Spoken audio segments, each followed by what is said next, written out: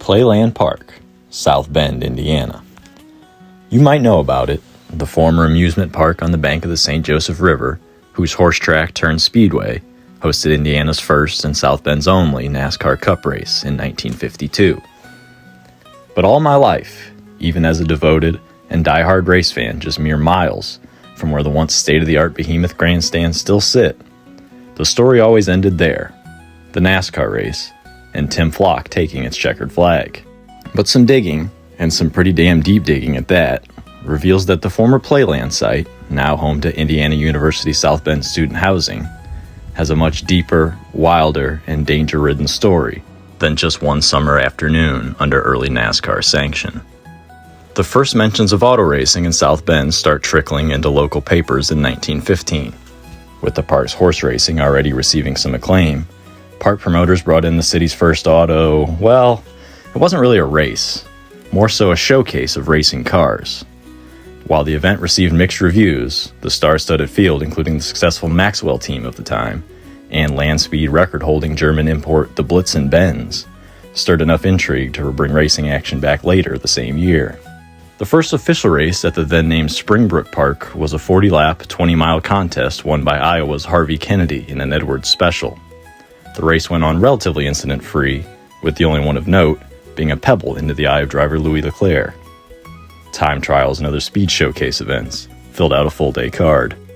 Before World War I put a nationwide pause on motorsports, the track hosted a racing car versus aeroplane exhibition in 1916, featuring young aviation sensation Catherine Stinson and that year's Indianapolis 500 champion Dario Resta. After the Great War, automobiles made their return to the Riverside Thoroughbred Proving Ground in 1919. Highlights from the coming years included numerous motorcycle racing events, another plane stunt show, this time featuring Ethel Dare and her aerial circus, a massive IMCA sanction race that paid a wealthy purse at the time of $5,000, with winner Gordy Henderson taking the lion's share. However, immediately upon taking the checkered, Henderson lost control of his Essex machine, plowing through multiple barricades and barreling up the hill towards the track's patrons, before a beam driven through the front end of the automobile brought it to a stop. Henderson was luckily uninjured. Names through this era were those such as Arthur Chevrolet of, that Chevrolet family, Indy pole setter Gil Anderson, Benny Lawwell, and Indy 500 runner-up Wilbur D'Alene, who would also co-promote South Bend events later on. Records get more sparse in the mid-20s, but newspaper archives paint some of the picture for this era of South Bend's racing past. The Ash Can Derby became a popular annual event held on Labor Day weekend, a race aimed at big cars already deemed vintage by the mid-20s. Carl Lash was the local hot shoe of this era, fielding his machine out of Elkhart and besting much of the national competition that were making their way to the shadows of Notre Dame's Golden Dome. Papers note a unusual feature for that time in 1931, a female driver, Lucille Crone of Benton Harbor, competing against 30 of the Midwest's best dirt stars. A 1932 crash sent 2 drivers to the hospital and bruised 5 spectators, a rather mild look into the dangers of the racing of the day.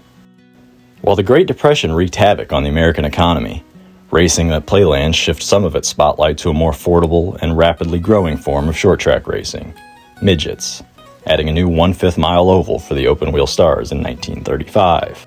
New park owner Pete Redden had officially changed the name from Springbrook to Playland Park by the debut of this new form of racing, and his addition to the park's motorsports portfolio was quite the hit.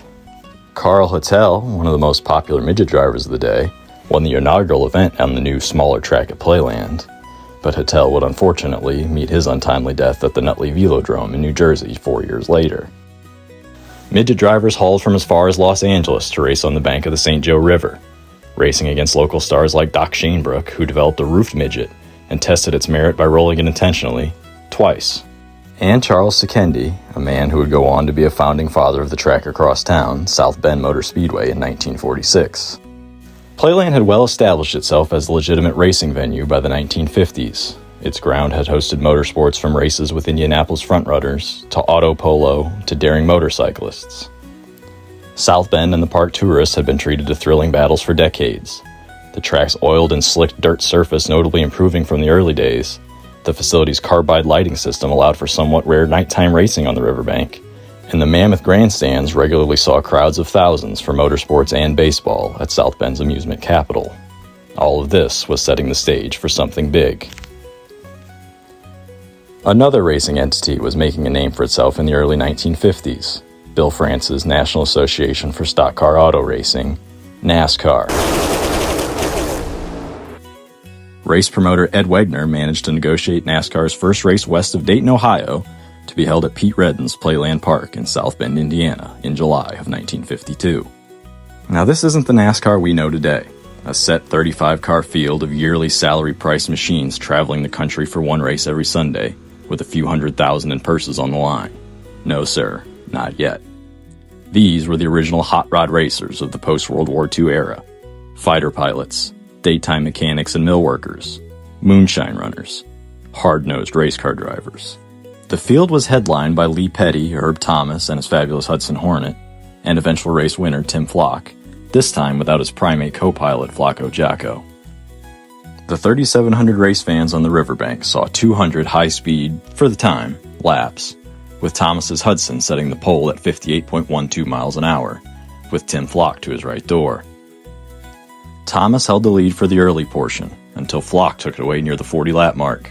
The fabulous Hudson would gather it up and get back to Tim's bumper, but ultimately end up spinning and rolling while in chase.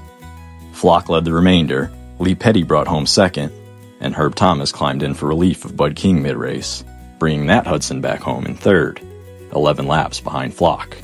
Flock took home $1,000 for his efforts and eventually the NASCAR championship that season, with the win in South Bend being one of 8 in his 22 starts. The stock car era at Playland would continue into 1953, with a new quarter-mile asphalt track added for the American-made machinery in front of Playland's concrete grandstand. It wouldn't host another national event, but would continue hosting the stock car racers and midgets through the entirety of the 50s.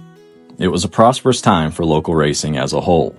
The area featured more than a dozen tracks within a 90-minute drive. Area drivers and those still hauling long distance could find races throughout northern Indiana and southwest Michigan on a near-nightly basis, with Playland typically as part of a Friday afternoon doubleheader to be followed up at South Bend Motor Speedway the same night. Names like Bob McLean, Jim Stremme, Oscar Fay, Dick Good, Bob Ziegler, and more were regular features in Victory Lane through the 50s and into the track's final days. Hoosier Tire founder Bob Newton found himself in Playland's victory circle, even before founding the race rubber giant in Lakeville in 1957, those being just a handful of wheelmen that played a part in the late chapters of this old speedway's story. As mentioned, the track would cease operation in 1961. The whole of Playland Park was sold and turned into a par 3 golf course along the riverbank. The golf course that replaced it would close after the turn of the millennium, and today remains nearly unrecognizable from the loud, fast action it saw now 65 years ago.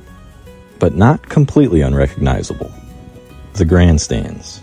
The one that watched big cars to stock cars, horses to airplanes, and motorcycles to midgets. They now watch over student apartments for Indiana University's South Bend campus, lingering at the edge of the property, much like a ghost of race days gone by. It's cracking. Weeds have taken over much of the lower portions, and there's no marker noting their significance to race drivers and fans gone by. You'd stroll right past if you didn't know what you were looking for, an unfortunate metaphor for much of our sport's past. Cracked, overgrown, and nearly completely forgotten. You'll be hard-pressed to find much on the history of racing at Playland without heavy digging and good friends. I sifted through 50 years and 800 entries of archived newspaper articles, sourced more from friends like Jay Fried of On Track Design, and heard stories and more from all of you. But the rarity of scraps of history that remain from a storied, early, important track is frankly heartbreaking. South Bend's mark on the history of not only motorsports, but the automobile is deep, yet fading by the year. Playland's gates closed for the last time long before most of us were around, but its story is similar to one we've all heard, and one that is in danger of disappearing if the story stops being told. So the next time you're in South Bend, visit the old grandstands. Hopefully they're in better shape than what my friends and I found them in. Hopefully you still feel a tinge of what those felt seeing the Indy 500 champion race an airplane in 1916. Maybe catch a note of the motorcycle singing down the backstretch. Maybe you'll smell a whiff of fuel from Lee Petty's Chrysler or Grandpa's Beaters. Maybe you'll find a tree with a bumper scar or catch the bend of turn 3 in the grass. Playland Park is quieter these days, and more tracks join it by the month. Time rolls on, just like the St. Joseph River. But they're still here. They are still watching. Still waiting for another green flag that'll never wave. They haven't forgotten the story. We have. I'm willing to listen to the echoes. Is anyone else?